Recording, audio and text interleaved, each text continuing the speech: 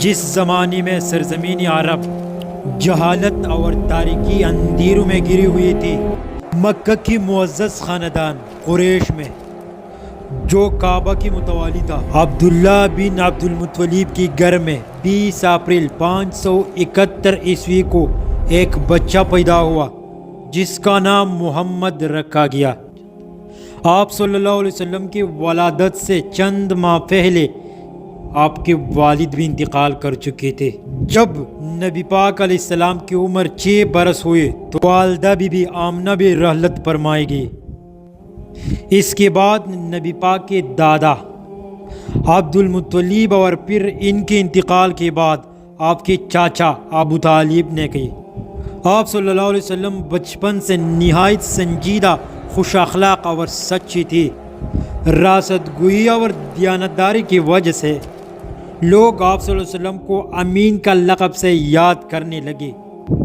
25 برس کی عمر میں آپ صلی اللہ علیہ وسلم نے قریش کا ایک معزز دولت مند بیوہ بی بی خدیجہ کی مال تجارت لے کر شام کا سفر کیا۔ آپ صلی اللہ علیہ وآلہ وسلم کی دیانتداری اور حسن کرداری سے متاثر ہو کر بی بی خدیجہ نے آپ کو نکاح کا پیغام بھیجا، جس نے آپ صلی اللہ علیہ وسلم نے قبول فرما لیا۔ آپ صلی اللہ علیہ وآلہ وسلم اکثر مکے سے باہر غار حرا میں جا کر عبادت اور غور فکر میں مشغول رہتے تھے۔ جب آپ کی عمر 40 برس ہوئے تو ایک روز غار حرا میں اللہ کے فرشتے جبرائیل آپ صلی اللہ علیہ وسلم پر نازل ہوئے اور اللہ تعالیٰ کی طرف سے یہ پیغامی وحی پہنچایا اپنے رب کے نام سے، جس نے پیدا کیا، جس نے انسان کو جمے ہوئی خون سے پیدا کیا۔ پڑھ اور تیرا رب بڑا کریم ہے، جس نے قلم کے ذریعے علم سکھایا، انسان کو وہ سکھایا جو وہ نہیں جانتا تھا۔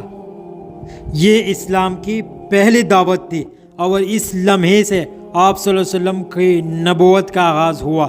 سب سے پہلے بی بی خدیجہ، قریبی دوست ابو بکر، چاچا زاد بھائی علی اور غلام زید بن حارث ایمان لائے۔ ابتدا میں آپ صلی اللہ علیہ وسلم نے خفیہ طور پر دعوت اسلام کا کام شروع کیا، لیکن جب اللہ تعالیٰ کی طرف سے اعلانیہ تبلیغ کا حکم نازل ہوا تو آپ کوئی صفا پر تشریف لے گئی۔ اہل مکہ کو پکار کر ایک اللہ کے عبادت کی طرف بلایا۔ قریش کے سردار جو بت پرست کی عادی تھے اور جن کا معاشی سماجی مفادات کعبہ کے بتوں سے واپس، آپ صلی اللہ علیہ وسلم کے شدید مخالفت پر اتر آئے۔ انہوں نے مسلمانوں پر ظلم اور ستم کے پہاڑ توڑ دیے۔ اس ظلم جبر کے نتیجے میں خبشہ کی طرف 2 مرتبہ ہجرت ہوئی، جہاں مسلمانوں نے عیسائی بادشاہ نجاشی کی دربار میں پناہ حاصل کی۔ مکہ میں آپ صلی اللہ علیہ وسلم کے خاندان کے سخت سماجی مقاطعہ کی بائیکاٹ کیا گیا، جو 3 سال تک جاری رہا۔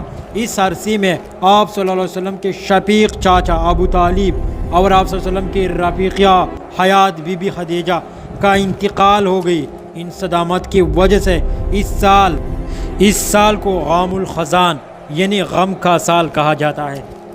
جب مکہ میں ظلم و ستم حد سے بڑھ گیا اور مدینے کے لوگوں نے آپ صلی اللہ علیہ وسلم کو اپنے شہر آنے کی دعوت دیے تو اللہ کے حکم سے آپ صلی اللہ علیہ وسلم نے 622 عیسوی میں مکہ سے مدینے ہجرت فرمائی گئی۔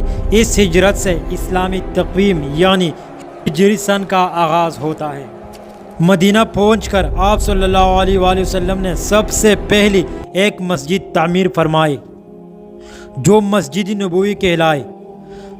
آپ نے مکہ سے آنے والا مہاجرین اور مدینے کے مددگار انصار کے درمیان بھائی چارے کا رشتہ قائم کیا، جیسے مواخات کہا جاتا ہے۔